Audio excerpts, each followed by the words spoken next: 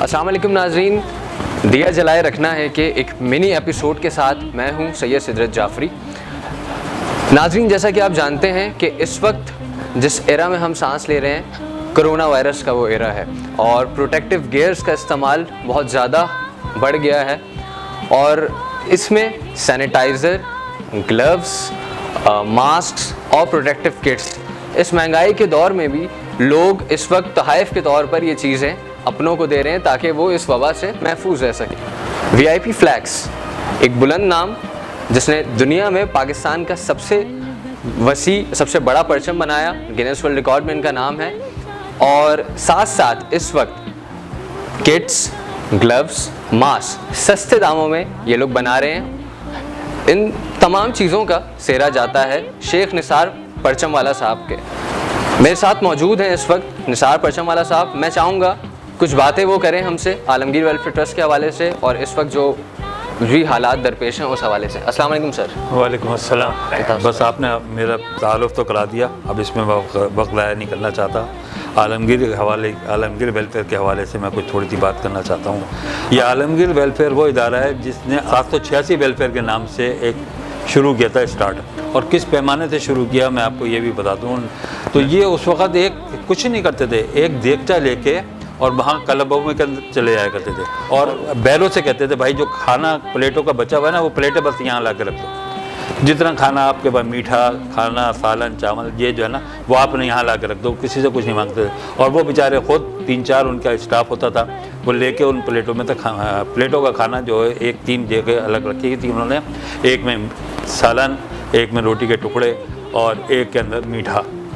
ये मैंने अपनी आँखों से देखा है, ये इब्तिदा थी आलमगीर वेलफेयर की। मैं हमेशा से ये बात कहता हूँ जो काम खुलूस से नियत से शुरू किया जाए ना उसमें पैसे की कभी कमी होती ही नहीं। इस वक्त जो इदारा अरबों के बजट में चल रहा है, तो ये क्या है जो बिल्कुल 0 पैसे से शुरू होकर अरबों रुपए के चले जाए, जिसको मैं कहता हूँ ना खुलूस से नियत से कोई काम शुरू किया जाए तो उसमें फ़ंड्स की कभी कमी हो ही नहीं सकती, होती नहीं है। ये है छोटा सा मैंने मुख्तसर तारुफ आलमगीर का दिया। अच्छा, एक अब जो मौजूदा वो है इनकी सेटअप है, एक बड़ी अच्छी बात इनके ये है कि चंद लोगों की मुशावरत होती है और कोई ये प्रोजेक्ट शुरू करते हैं और सब उसके अंदर शामिल होकर और उस प्रोजेक्ट को फ़ौरन इम्प्लीमेंट कर देते हैं और उसकी पब्लिसिटी होती है, लोग आते हैं। बहुत सारे प्रोजेक्ट हैं, बेशुमार इस वक्त इनके प्रोजेक्ट चल रहे हैं। अच्छा सर, मुझे बताइए करंट सिचुएशन में VIP फ्लैक्स क्या काम कर रहा है? जैसे ये अनाउंस हुआ लॉकडाउन का, मैंने भी मशवरा किया उनके इस वक्त मौजूदा सूरत हाल में हमें क्या करना चाहिए, कुछ ना कुछ करना है। मैं जो ज़ाती तौर पे जो कुछ कर सकता हूँ वो ये कि हम मास्क बना सकते हैं फौरी तौर पे। मास्क उस वक्त नायाब थे, उसकी कीमतें कहीं के कहीं पहुँच गई। तो हमने सोचा कि हमारा जो काम है, चूँकि एक गारमेंट की हमारी वो है सेटअप है, मशीनें लगी हुई हैं अल्हम्दुलिल्लाह, एक्सपोर्ट का काम है और कुछ हमारा परचमों का काम है। परचम के हवाले से मिनिमम प्राइस पे बग़ैर किसी नफ़े नुकसान के सोचा कि ये ज़िंदगी भर कमा लिया, अब कुछ खिदमत भी कर लें, कुछ लोगों को सहूलतें भी फराहम करें। ये हमने कॉस्ट निकाली तकरीबन अप्रॉक्स 10 रुपये, जिसमें हमारी शायद बिजली का बिल भी शामिल नहीं होगा। जो हमने उसकी कपड़े की कॉस्ट निकाली, लेबर की कॉस्ट निकाली और पैकिंग वैकिंग लगा के ये हमने लगाया क्योंकि 9.5-10 रुपये का ये पड़ेगा। हमने कहा हम 10 रुपये के अंदर आपको देते हैं, आप डिस्ट्रीब्यूट करो। तो ये फौरी तौर पे उन्होंने भी फैसला किया कि हाँ ये काम हम फौरी करने वाला काम था। फौरी तौर पे उन्होंने हमको गो एड दिया। हमने 1 लाख पीस जो उन्होंने हमसे कहा था वो हमने बनाने शुरू किए। अब ये अपने हर प्रोजेक्ट के अंदर जहाँ पर ये खाना डिस्ट्रीब्यूट कर रहे हैं, जहाँ राशन डिस्ट्रीब्यूट कर रहे हैं, ये हमसे मंगाते हैं, हम दे देते हैं। वो अल्लाह ने किया, वो काम ऐसा हमारा चला कि लोगों को जब मीडिया आ गया, मीडिया ने देखा ये चल रहा है, ये काम हो रहा है, मीडिया से फैला, फिर वो वॉइस ऑफ अमेरिका तक बात पहुँच गई, वहाँ से आया, फिर हमें बड़ी बड़ी जगह से ऑर्डर आने शुरू हो गए कि 10 लाख मास्क किसी ने USA के लिए मांगे। मैंने मना कर दिया, मैंने कहा अभी ज़रूरत तो हमारी अपनी कौम को है, हम क्या अमेरिका में भेजें ना, और मुँह मांगी कीमत भी देने के लिए तैयार था, मैंने मना किया। आज हमारा रॉ मटेरियल डेढ़ कीमत पे हो गया, लेकिन हमने इस मास्क के पैसे नहीं बढ़ाए। तो वो मास्क जो है, फिर उसके बाद ये हुआ कि मास्क तो काफ़ी सप्लाई हो गए, सिर्फ NGO, सिर्फ आलमगीर ने नहीं लिया, और भी बहुत सारी NGO, किसी को फ़रोख्त नहीं किया मैंने।